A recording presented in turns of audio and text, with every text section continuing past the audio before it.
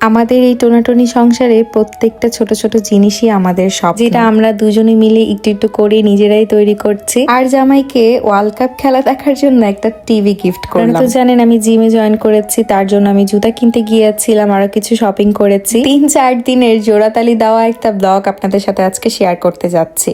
Hello, আসসালামু আলাইকুম everyone. I hope আপনারা সবাই ভালো আছেন। আলহামদুলিল্লাহ আমরাও ভালো আছি। আজকের ব্লগটা আসলে 3-4 দিনের একটা মিক্স ব্লগ। মানে এই কয়েকদিন আমার এতই খারাপ লাগছিল, আর জাপানের ওয়েদারও তেমন একটা ভালো নেই, প্রত্যেক দিন বৃষ্টি পড়ে। ছোট ছোট কিছু ক্লিপ নিয়ে রেখেছিলাম ব্লগ আপলোড করার জন্য, তো সেটাই আজকে আপনাদের সাথে শেয়ার করব। আমার হাজবেন্ড তো আমাকে আলমারি কিনে দিয়েছে, আপনারা সবাই দেখেছেন, কিন্তু আমি আমার হাজবেন্ডকে কি গিফট করলাম সেটাই আজকে আপনাদের সাথে শেয়ার করব। তো আমি তাকে একটা টিভি গিফট করেছি, যেটা আসলে সে অনেকদিন ধরে চাচ্ছিল। আমাদের বাসায় আসলে টিভি নেই, কারণ বাসায় ফোন নিয়ে থাকা হয়, টিভি কখন দেখবো এই চিন্তা করে আসলে আমরা এখনো টিভি কিনিনি। কিন্তু ওয়ার্ল্ড কাপ খেলা দেখার জন্য সীমান্ত আসলে টিভি নিতে চাচ্ছিল অনেকদিন যাবতেই।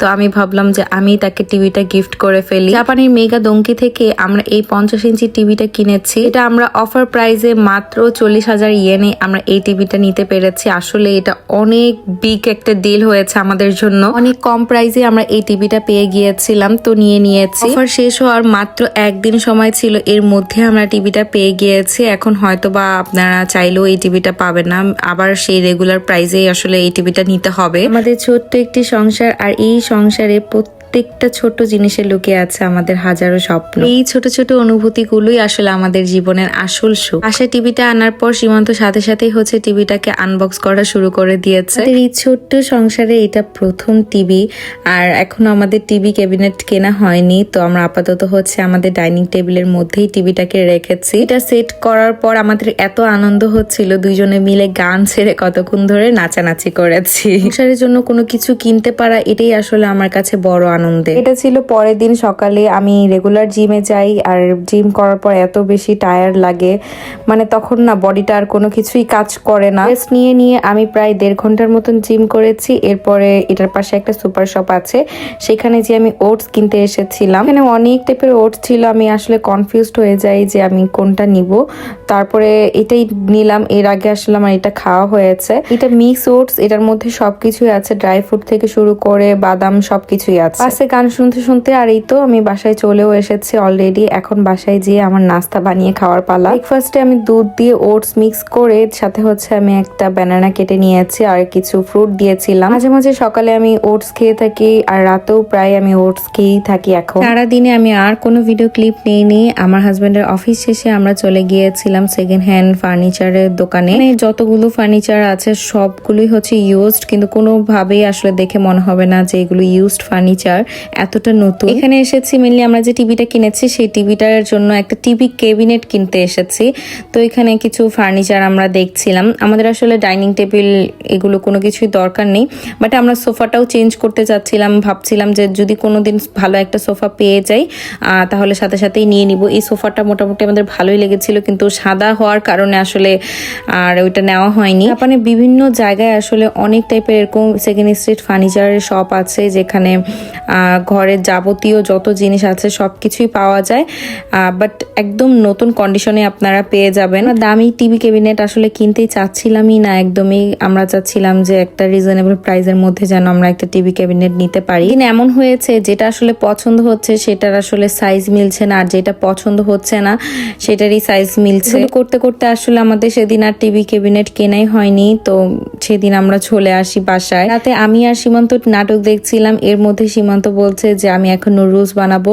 তো সে নিজে নিজেই নুডলস বানাতে গিয়েছে, বানিয়ে নিজেই একা একা বসে খাচ্ছিল আর নাটক দেখছিল। আমি যেহেতু ডায়েটের মধ্যে আছি, এই জন্য আমি আসলে কোনো ধরনের উল্টাপাল্টা খাবার আমি একদমই খাই না এখন। সেও কিন্তু জিমে ভর্তি হয়েছে, কিন্তু সে এখনো জিমটা কন্টিনিউ করতে পারছে না। এটা ছিল এর পরের দিন। ফাইনালি আজকে আমরা টিভি ক্যাবিনেট কিনবো। তো এই যে নিচের যে টিভি ক্যাবিনেটটা দেখছেন এইটাই আসলে আমরা কিনেছি। আর এখানে অনেক টাইপের আসলে টিভি ক্যাবিনেট ছিল, সীমান্ত আসলে এই ব্ল্যাকটা পছন্দ করেছিল, কিন্তু এই ব্ল্যাকটা আসলে এত বড় ছিল, আমি চাচ্ছিলাম না যে এত বড় কেবিনেট আমি আমার বাসায় নিই। এরপরে আমার এই কিচেন কেবিনেটটা এত পছন্দ হয়েছিল, এখানে অনেকগুলো স্পেস ছিল জিনিসপত্র রাখার জন্য, বাট আমার কিচেনে আসলে এটা হবে কিনা আমি আসলে অনেক বেশি কনফিউজ ছিলাম, তো সেদিন আর সেটা নেওয়া হয়নি। আমি আসলে দেখে এসেছি যদি নেক্সট ডে দোকানে এটা থাকে তাহলে এটা নিয়ে যাবই বাসায়। টিভি ক্যাবিনেট বাসায় এনে রাতের বেলা এই যে চানাচুর মাখিয়ে দিয়েছে আমার হাজব্যান্ডকে। সেদিন আমি আর লোভ সামলাতে পারিনি, তো একটা খুব সুন্দর নাটক দেখছিলাম আর বসে বসে দুজনে চানাচুর মাখা এনজয় করছি। একটা সময় ছিল আমি অনেক বাংলা নাটক বসে বসে দেখতাম, বাট এখন আর দেখা হয় না আমার এই ব্লগিং লাইফে আসার পর থেকে, কারণ যখনই আমি একটু সময় পাই তখনই আমি ব্লগ এডিট করতে বসে যাই। এটা ছিল এর পরের দিন। আসলে আজকের ব্লগটা একটা মিক্স ব্লগ। তো আমি বিকালবেলা স্ন্যাক্সে হচ্ছে কিউই খেয়েছিলাম। 2 টাইপের কিউই আসলে আমার অনেক বেশি পছন্দ। ইয়েলোটা একটু মিষ্টি মিষ্টি থাকে আর গ্রিনটা হচ্ছে একটু টক টক টাইপের। কিউইটা খেয়ে দিয়ে আমরা হচ্ছে একটু মার্কেটের দিকে চলে যাই আমার হাজব্যান্ড যখন অফিস থেকে আসে।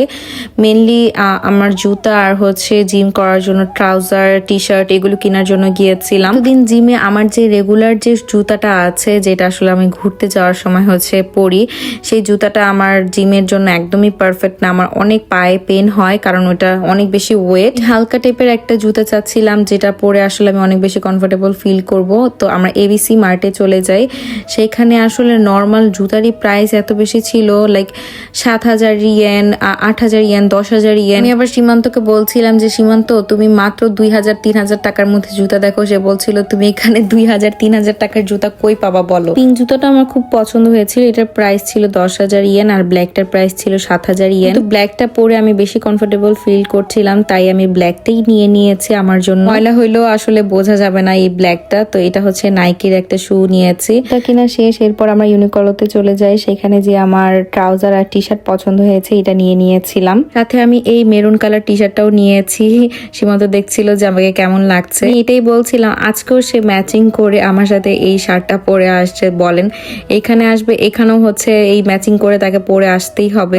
মার্কেটও শেষ আর মার্কেটে একদম ক্লোজ টাইম হয়ে গিয়েছে। এখন আমরা বের হয়ে যাচ্ছি। সীমান্ত বলছে তাড়াতাড়ি চলো। ডিনারটা আমরা হাসান ভাইয়ের বাসায় করেছিলাম। সে মজাদার এই সবজি খিচুড়ি রান্না করেছিল, সাথে গরুর মাংস ছিল। আমি আসলে রাতে হেভি খাবার তেমন একটা খাই না, বাট সেদিন আমি খেয়ে ফেলেছিলাম আর লোভ সামলাতে পারিনি মজাদার খিচুড়ি। পরের দিন সকালে আমি আবার জিমের জন্য বের হয়েছি আর ফার্স্টেই দেখলেন আমার ফেসের অবস্থাটা কত ক্লিন ছিল। আর এখন জিম করার পর আমার ফেসটা একদম ঘেমে একদম পুরো লাল হয়ে গিয়েছিল। একটু রেস্ট নিয়ে নিয়ে হচ্ছে করার চেষ্টা করি, না হলে বডিতে অনেক বেশি আমার পেইন হয়। আরো 2-3 মাস জিম করার পর আমার ওয়েট কত থেকে কততে নামলো সেটা আপনাদের সাথে শেয়ার করব। এখন আমি শেয়ার করছি না, জিম করছিলাম আর এটাই ভাবতেছিলাম যে এত হেভি খাবার, এত বিরিয়ানি পোলাও না খেলেও পারতাম আমি। এখন আমাকে কি পরিমাণে কষ্ট করতে হচ্ছে, বডিতে কি পরিমাণে যে পেন হয়, আসলে যারা জিম করে তারাই হয়তো আমার এই কষ্টটা ফিল করতে পারছে। শেষ করার পর এখানে আমি একটু চেরি নিয়েছি, ম্যাঙ্গো নিয়েছি। এটা আসলে আমার এই 2টা ফ্রুট আমার এত পছন্দ। এখন এই 2টা ফ্রুট আমি অনেক খেয়ে থাকি। আমি সালাদ নিয়ে এসেছিলাম, এই সালাদটা, তো এই সালাদটা বাসায় এসে খেয়েছি। খেয়ে দিয়ে আমি শুটের জন্য একটু রেডি হয়েছে। আজকে আমার পেজ মায়েরা হেভেন থেকে খুবই সুন্দর একটা 3 পিস পরেছিলাম। ড্রেসটা অফ হোয়াইট কালারের মধ্যে আছে আর পুরো বডিতে কিন্তু চিকেন কারি কাজ। ড্রেসটা খুবই গর্জিয়াস একটা ড্রেস। আমার পেজটা আমি হচ্ছে আমার ভিডিওর ক্যাপশনে মেনশন করে রাখবো। আর মাত্র 5 থেকে 6 পিসের মতন এই ড্রেসটা আছে। যারা যারা এখনো নিতে চাচ্ছেন আমার পেজে নক করে দিবেন। এটার 46 আর 42 সাইজ আছে। এই টাইপের সোবার কালার আমার খুবই পছন্দ। আমি চেষ্টা করি একটু লাইট ডিপের মধ্যে হচ্ছে ড্রেসগুলো আনার, যেন আসলে সব টাইপের মানুষই নিতে পারে। আপনাদের কাছে এই ড্রেসটা কেমন লেগেছে অবশ্যই কিন্তু কমেন্ট করে জানাতে একদমই ভুলবেন না। রাতে ডিনার করার পর আমরা একটু হচ্ছে বের হয়েছিলাম। আমরা একটা হালাল শপে গিয়েছি।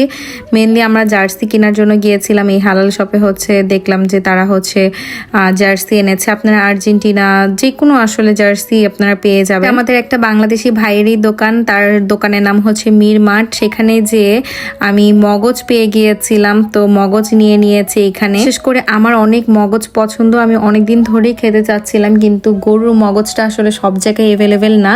আপনারা যারা মগজ চাচ্ছেন আপনারা সেখান থেকে নিতে পারেন। যে জিনিসগুলো আসলে আমাদের বাসার যে হালাল শপগুলো আছে সেখানে যেগুলো আমরা পাই না, সেখানে যে আমরা সেগুলো পেয়ে গিয়েছিলাম। এ হচ্ছে তাদের শপটা, মীর মার্ট তাদের শপের নেম। জন্য একটা জার্সি নিয়েছে, আমার ননাসের জন্য একটা জার্সি নিয়েছে, তিনটা জার্সি আমরা সেদিন নিয়েছিলাম। অনেকে জিজ্ঞেস করছিলেন যে আসলে আমাদের জার্সিটা আমরা কোথা থেকে নিয়েছি। তাদের শপ থেকে নিয়েছি। যারা যারা নিতে চাচ্ছেন তাদের শপ থেকে নিতে পারবেন। এর কিছু ফ্রেশ সবজি দেখলাম যে এখানে খুব সুন্দর করে নারিকেল ছিলা আছে 520 ইয়েন করে। তুলনামূলক অন্য জায়গার থেকে এখানকার প্রাইসগুলো আমার কাছে রিজনেবলই লেগেছে। আজকের ব্লগটি এখানে শেষ করছি। যারা ইউটিউব থেকে আমার ব্লগটি দেখছেন অবশ্যই একটা সাবস্ক্রাইব করে যাবেন, আর যারা ফেসবুক থেকে দেখছেন আর তারা অবশ্যই আমার পেজে একটা লাইক অ্যান্ড ফলো দিয়ে যাবেন। আল্লাহ হাফেজ।